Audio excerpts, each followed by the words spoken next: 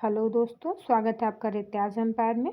दोस्तों, हम लोग आरपीएफ, एसआई और कांस्टेबल के जीके के प्रीवियस ईयर क्वेश्चन कवर कर रहे थे, क्योंकि दोस्तों जीके के क्वेश्चंस का वेटेज आरपीएफ, एसआई और कांस्टेबल के एग्ज़ाम में ज़्यादा है। अगर बेसिक पेपर पैटर्न की बात कर ली जाए दोस्तों, तो 120 क्वेश्चन एसआई में भी और कांस्टेबल में भी पूछे जाते हैं, जिसमें से 50 क्वेश्चन जीके के और 35 क्वेश्चन मैथ और 35 क्वेश्चन रीजनिंग के पूछे जाते हैं। तो दोस्तों, सबसे पहले हम लोग जीके के प्रीवियस ईयर क्वेश्चन करेंगे और उसके साथ ही हम लोग आरआरबी से रिलेटेड जितने भी क्वेश्चंस अभी तक जितने पूछे गए हैं आरआरबी के एग्ज़ाम्स में, वो सारे भी हम लोग कवर कर रहे हैं। तो दोस्तों, मैंने तीनों प्लेलिस्ट अलग से बना दी हैं। अगर आप लोग ये वीडियो पहली बार देख रहे हैं तो जाके प्लेलिस्ट में सारी वीडियोस को आप लोग स्टार्टिंग से देख सकते हैं। हमारा पहला क्वेश्चन है, संसदीय बैठक का पहला काल निम्न। तो इसका दोस्तों बी ऑप्शन सही हो जाएगा, प्रश्नकाल। चलिए व्याख्या देख लेते हैं। संसदीय बैठक का पहला काल प्रश्नकाल कहलाता है। प्रश्नकाल का समय दोपहर 11 से 12 बजे तक होता है। प्रश्नकाल में संसद सदस्यों द्वारा लोक महत्व के राष्ट्रीय और अंतर्राष्ट्रीय सभी प्रकार के मामलों पर जानकारी के लिए मंत्रिपरिषद से प्रश्न पूछा जाता है। हमारा अगला क्वेश्चन है दोस्तों, हेनरी विवियन डेरेजियो का संबंध किस आंदोलन से है? तो इसका सी ऑप्शन सही हो जाएगा दोस्तों, युवा बंगाल आंदोलन। हेनरी विवियन डेरेजियो का संबंध युवा बंगाल आंदोलन से है। पश्चिम बंगाल में युवा बंगाल आंदोलन उन्हीं की देन है और उनके अनुयायी डिरोजियंस कहलाए। वह 19वीं सदी के एक भारतीय कवि थे। हमारा अगला क्वेश्चन है, समान ऊर्जा वाली कक्षाएं क्या दर्शाती हैं? तो इसका ए ऑप्शन सही हो जाएगा दोस्तों, डीजेनरेट। समान ऊर्जा वाली कक्षाएं डीजेनरेट को दर्शाती हैं। ऊर्जा बढ़ने से कक्षाएं बड़े आकार की हो जाती हैं। जैसे जैसे प्रमुख क्वांटम संख्या का मान बढ़ता है, कक्षाओं की ऊर्जा भी बढ़ती है।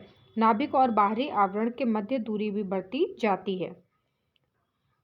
नेक्स्ट क्वेश्चन है, गटका मार्शल आर्ट का एक रूप है और इसे कहाँ खेला जाता है? तो इसका डी ऑप्शन सही हो जाएगा दोस्तों, पंजाब में। गटका मार्शल आर्ट का एक रूप है और इसे पंजाब राज्य में खेला जाता है। यह सिखों से जुड़ा एक मार्शल आर्ट है और इसमें तलवारों और ढालों का उपयोग किया जाता है। हमारा अगला क्वेश्चन है, निम्न में से किस राज्य की सीमा चीन से लगी हुई नहीं है? तो दोस्तों, नहीं को मेंशन कर लिया करिए कि नहीं है। तो इसका बी ऑप्शन सही हो जाएगा, पश्चिम बंगाल। पश्चिम बंगाल की सीमा चाइना से नहीं लगती है। चीन और भारत के मध्य 3488 किलोमीटर सीमा का विस्तार है। चीन तथा भारत के मध्य मैकमोहन रेखा है। चीन को स्पर्श करने वाले दोस्तों जो भारतीय राज्य हैं, क्रमशः हिमाचल प्रदेश, उत्तराखंड, सिक्किम, अरुणाचल प्रदेश व लद्दाख हैं। हमारा अगला क्वेश्चन है दोस्तों, सेल में उसके बाहर और भीतर जल का प्रवाह बराबर होने पर सेल क्या कहलाता है? तो इसका ए ऑप्शन सही हो जाएगा, फ्लैसिड। सेल में उसके बाहर और भीतर जल का प्रवाह बराबर होने पर सेल फ्लैसिड कहलाता है। अगला क्वेश्चन है, चौथे अखिल भारतीय सचेतक या विश्व सम्मेलन की अनुशंसा से किस योजना का प्रारंभ किया गया था? दोस्तों, इसका ए ऑप्शन सही हो जाएगा, यूथ पार्लियामेंट। चौथे अखिल भारतीय सचेतक सम्मेलन की अनुशंसा से यूथ पार्लियामेंट योजना का प्रारंभ किया गया था। गौरतलब है कि व्हिप सदन के पटल पर कामकाज के सुचारू और कुशल संचालन को सुनिश्चित करता है।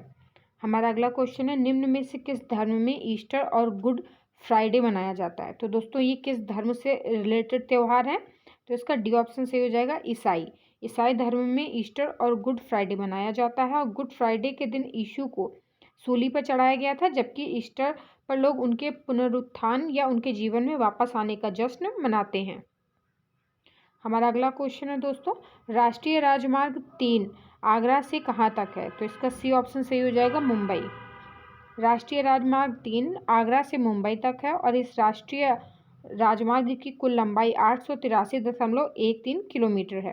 राष्ट्रीय राजमार्गों के विकास, अनुरक्षण और प्रबंधन तथा उनसे जुड़े अन्य कार्यों के लिए भारतीय राष्ट्रीय राजमार्ग प्राधिकरण उत्तरदायी है। यह प्राधिकरण फरवरी 1995 से सड़क परिवहन और राजमार्ग मंत्रालय के अधीन कार्य करता है। हमारा अगला क्वेश्चन है दोस्तों, संतृप्त जल वाष्प के चाप यानी कि दबाव को क्या कहा जाता है? तो इसका ए ऑप्शन सही हो जाएगा, जलीय तनाव। संतृप्त जल वाष्प के चाप को जलीय तनाव कहा जाता है। संतृप्त वाष्प जल वाष्प की वह अधिकतम सीमा है जिसे हवा की एक विशेष मात्रा एक विशेष तापमान पर धारण करती है। चलिए दोस्तों, अगला क्वेश्चन देख लेते हैं। रामायण किसने लिखी थी? तो इसका बी ऑप्शन सही हो जाएगा, वाल्मीकि। रामायण वाल्मीकि द्वारा लिखा गया संस्कृत महाकाव्य है। इसमें लगभग 24,000 श्लोक हैं और इस महाकाव्य में रघुवंश के राजा राम की गाथा कही गई है। इसकी रचना त्रेता युग में की गई थी तथा इसमें 7 कांड हैं। इसे वाल्मीकि रामायण भी कहा जाता है। दोस्तों, हमारा अगला क्वेश्चन है, भारतीय संविधान में जीवन का अधिकार क्या है?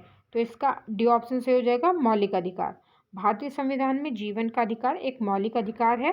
भारतीय संविधान के अनुच्छेद 21 में प्राण और दैहिक स्वतंत्रता का अधिकार प्रदान किया गया है तथा इसके अंतर्गत जीवन का अधिकार का वर्णन है। भारतीय संविधान के भाग 3 में मौलिक अधिकार का वर्णन है। मौलिक अधिकार का विस्तार अनुच्छेद 12 से 35 तक किया गया है।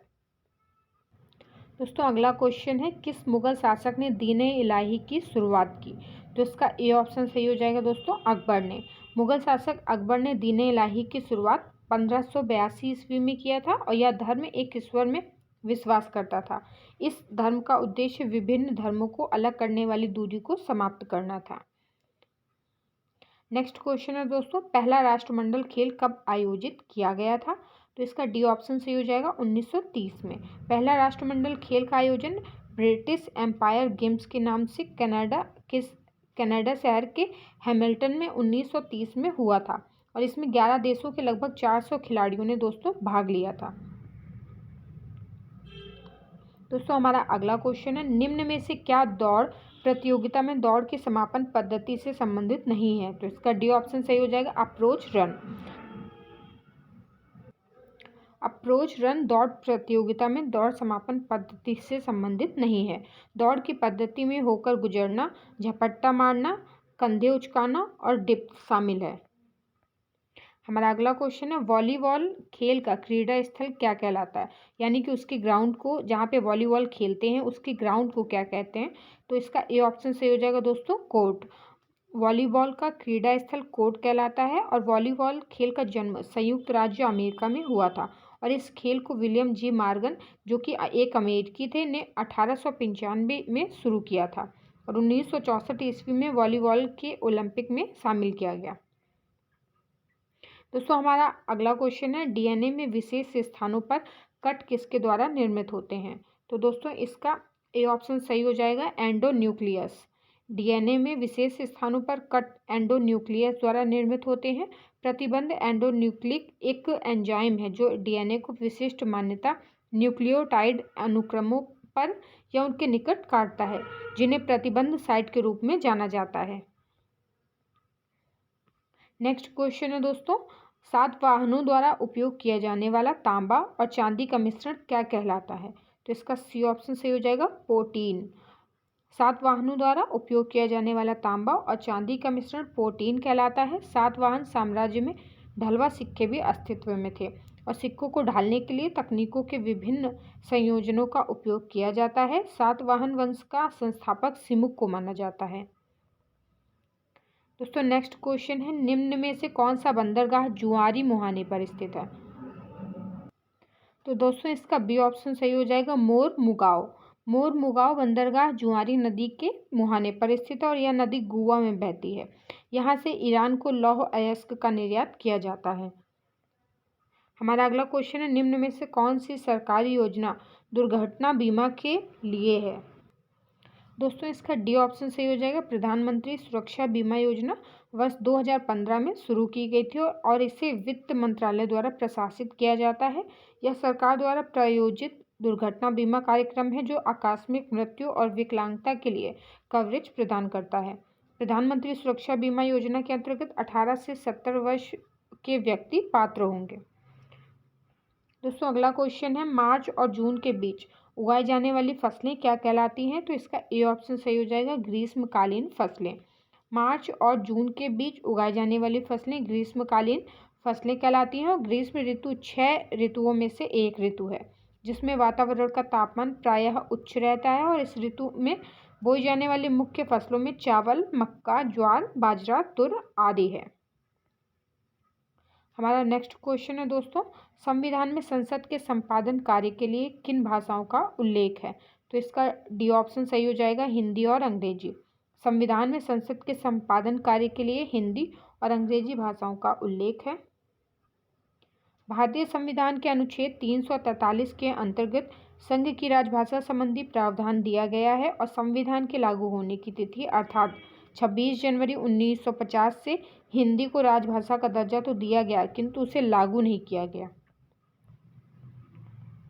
नेक्स्ट क्वेश्चन है दोस्तों, बोस्पोरूस जल संधि निम्न में से किसे जोड़ती है? तो इसका बी ऑप्शन सही हो जाएगा, काला सागर और मरमरा सागर। बोस्पोरूस जल संधि काला सागर और मरमरा सागर को जोड़ती है। बोस्पोरूस जल संधि उत्तर पश्चिमी तुर्की में स्थित एक प्राकृतिक जल संधि है। हमारा अगला क्वेश्चन है दोस्तों, राष्ट्रीय ध्वज और राष्ट्रगान का सम्मान करना है। तो ये दोस्तों इसका डी ऑप्शन से हो जाएगा, मौलिक कर्तव्यों में है। राष्ट्रीय ध्वज और राष्ट्रगान का सम्मान करना हमारा मौलिक कर्तव्य है और भारतीय संविधान के भाग 4 के काम में मौलिक कर्तव्यों का उल्लेख किया गया है। सरदार स्वर्ण सिंह समिति की अनुशंसा पर संविधान के 42वें संशोधन में इसे जोड़ा गया और इसे रूस के संविधान से दोस्तों लिया गया है। दोस्तों अगर मूल रूप से बात कर ली जाए तो मूल रूप से 10 मौलिक कर्तव्य हैं और जो 11 मौलिक कर्तव्य है दोस्तों उसे 86वें संविधान संशोधन के द्वारा जोड़ा गया है। हमारा अगला क्वेश्चन है दोस्तों, मेक इन इंडिया नीति किस वर्ष लागू की गई थी? तो इसका ए ऑप्शन सही हो जाएगा, 2014 में। मेक इन इंडिया पहल की शुरुआत प्रधानमंत्री नरेंद्र मोदी ने 25 सितंबर 2014 में की थी और इस पहल का मुख्य उद्देश्य भारत में रोजगार सृजन करना और अर्थव्यवस्था की दृष्टि से महत्वपूर्ण क्षेत्रों में कौशल विकास पर ध्यान केंद्रित करना और इसके माध्यम से उच्च गुणवत्ता मानकों पर ध्यान केंद्रित किया जाएगा और पर्यावरण प्रभाव को कम करने की कोशिश करना। दोस्तों इस वीडियो में इतने ही क्वेश्चन रहेंगे। इसकी नेक्स्ट वीडियो में हम लोग आगे के क्वेश्चंस को कवर करेंगे। तब तक दोस्तों आप लोग अच्छे से प्रैक्टिस करते रहिए, तैयारी करते रहिए, प्रीवियस ईयर क्वेश्चंस को अच्छे से एनालाइज कीजिए। और दोस्तों मैथ और रीजनिंग का भी इसमें बहुत बड़ा रोल है, तो आप लोग मैथ रीजनिंग की भी अच्छे से प्रैक्टिस करते रहिए।